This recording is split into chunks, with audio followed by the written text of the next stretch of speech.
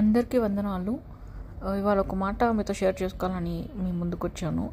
ఎప్పుడు కీర్తనలు 73:25 నేను చూసినా అందులో ఒక మాట ఉంటుంది కదా, ఆకాశమందు నీవు తప్ప నాకెవరున్నారు, నీవు నాకుండగా లోకంలో ఉంది, ఏది నాకు అక్కర్లేదని. ఇలా ఎవరైనా స్టేటస్ పెట్టుకున్నా లేకపోతే ఎవరైనా ఈ వాక్యం పెడితే నాకు అనిపిస్తుంది, ఎట్లా చెప్తారు వీళ్ళు ఈ స్టేట్మెంట్. దేవుడు ఒక్కళ్ళే సరిపోరు కదా, వాళ్ళు మనకి ఫ్యామిలీ కావాలి, మన కిడ్స్, మన పేరెంట్స్, మన స్పౌస్, వీళ్ళందరూ కావాలి కదా. దేవుడు ఒక్కళ్ళే ఉంటే సరిపోదు కదా అని నేను అనుకునేదాన్ని. బట్ ఇవాళ నాకు ఫస్ట్ టైం అనిపించింది, గాడ్ ఒక్కళ్ళే చాలు, ఇంకెవ్వరు వద్దు.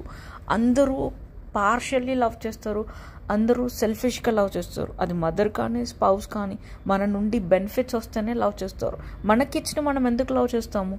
ఎందుకంటే వాళ్ళు మనకు పుట్టారు కాబట్టి. లేదు మన సిబ్లింగ్స్ అసలు ఎట్లాంటి లవ్ అనేది మనం చెప్పలేము, ఏ రిలేషన్ అయినా కానీ. లేదు మన స్పౌస్ మన నుండి బెనిఫిట్స్ వచ్చినప్పుడే లవ్ చేస్తారు, లేదా మనం సిక్ అయినప్పుడు మేబీ చేయొచ్చు, చేయకపోవచ్చు.